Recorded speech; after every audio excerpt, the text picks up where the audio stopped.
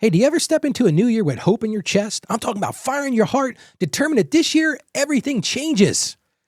And then almost instantly, you're ambushed. Suddenly the sales hit, those limited time offers hit, the credit card promos hit, and every quick money shortcut promises this will fix everything, just buy one more thing. And before you know it, that strong start you prayed for starts slipping right through your fingers. Let me tell you something honest. It's not discipline. It's not desire. It's the flood of temptation that shows up the moment we try to do better. January is full of possibilities, but it's also full of traps because marketers know you're hopeful, they know you're tired of last year's struggle, and they know exactly how to pull you back into those old habits before you even realize it's happening. But here's the hope. It's real. Boundaries built now beat battles fought later. Today, I'm going to show you the simple guardrails that protect your peace, your focus, and your wallet long before temptation ever knocks on the door.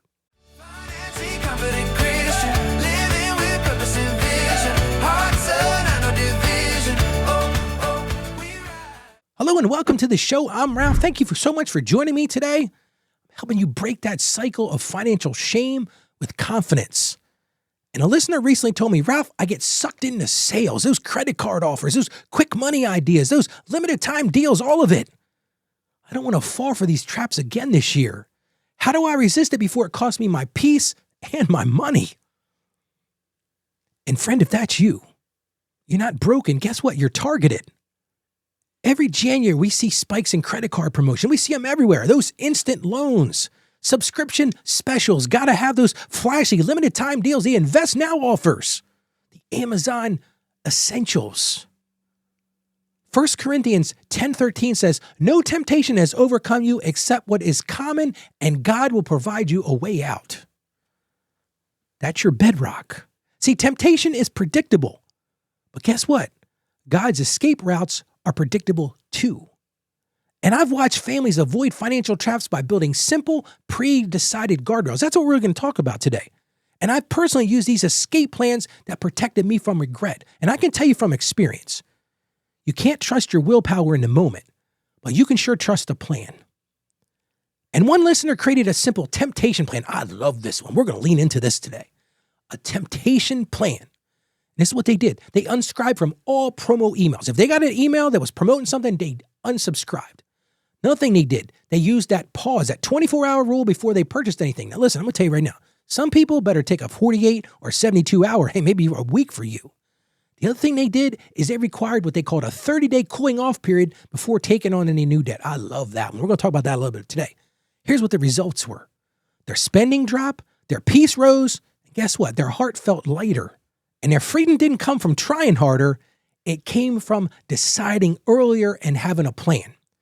So the real question is this: how do you resist that financial temptation before they show up so that you can continue to walk in freedom and not frustration in the upcoming year? Let's walk through it. Here are my 4 temptation breakers. Number 1, name your temptations before they ambush you. You can't fight what you don't acknowledge. Here's the thing I've learned. Temptations usually follow emotional triggers. Things like stress. When we're stressed, we buy. We have that temptation. Things like loneliness. When we're feeling bad about ourselves, when we feel by ourselves, or hey, maybe for you, it's just pure boredom. You're doing that death scroll at night. You're like, I'm bored. I'm going to buy something. But when you name those, it removes the shame. And as I've said on this show a million times, that awareness shrinks the power. When you name it, a known temptation is a weakened temptation. If you speak it, it weakens it. Second thing, set those boundaries with the unsubscribe, spending caps, 24-hour rule. Those boundaries will beat the willpower. You're going to struggle with this. Willpower is not easy. You have people who are spending millions upon millions of dollars to make you want stuff. This is what they do. They are temptation experts. But if you unsubscribe from those promo emails, guess what? You're not going to be tempted. If you set those spending caps for those trigger categories, when you're feeling alone, when you're feeling stressed, when you're feeling bored, if you've got that cap, you've got that 24-hour pause for non-essentials. Those boundaries don't restrict you, they protect you. Set those boundaries. Number 3 thing, pre-decide responses to debt and those deal pitches. It's not the time to improvise in the moment. If you try to improvise in the moment, guess what? Most of the time you're going to fail. I love what the client said. Debt decisions need a 30-day cooling off period. I love that one. If you're going to go into debt for something, you got to wait 30 days.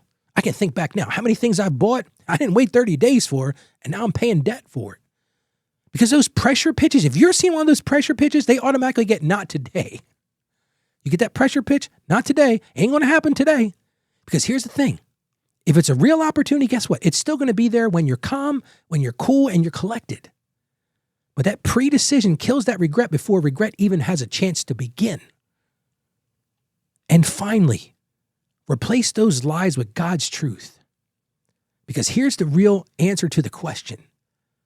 Temptation feeds on comparison. It feeds on scarcity. It feeds on, I need this to be happy. And it feeds on, this deal is too good to pass up. Have you ever felt those things? Oh, look what this person has. Yes, Ralph's going to rant about social media for a second, but it breeds comparison. And it breeds it, oh, if I get this, I'm going to be happy, Ralph. Oh, you don't understand, Ralph. This deal's too good to pass up. If I let it go, I'm going to miss out.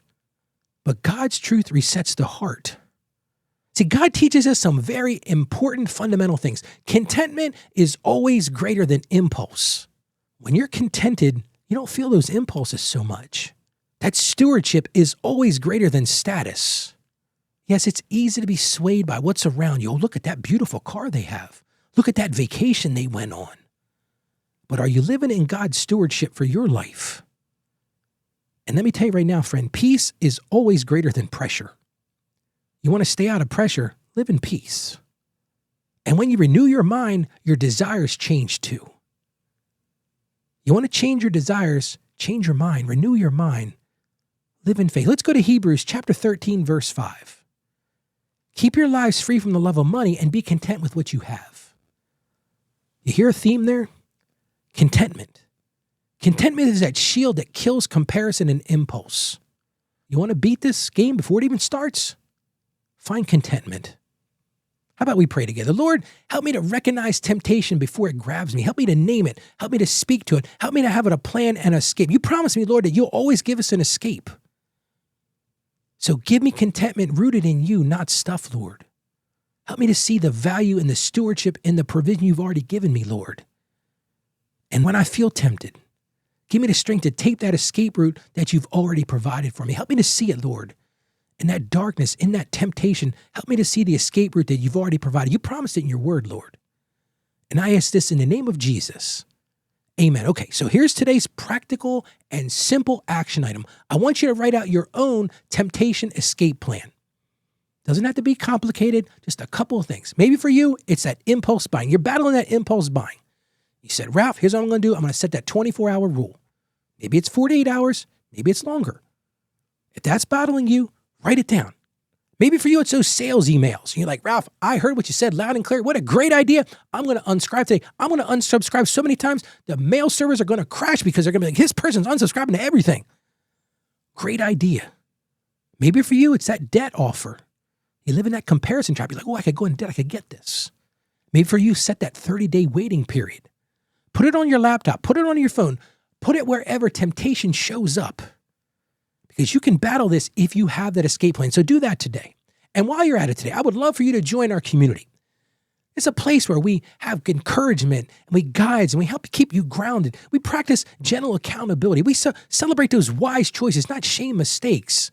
We walk together in spiritual and financial freedom. Now, we're still a small community and it's totally free to join. And if you want a place where you can interact, where you can exchange ideas and grow together, come be part of it from the beginning. Come to financiallyconfidentchristian.com/join. Again, that's financiallyconfidentchristian.com/join. You're stronger than your temptation, and God always provides an escape. You don't have to be swayed. You don't have to be pressured. And you don't have to be pulled in every direction. With every clear boundary and a content heart, you can walk this year with confidence and peace.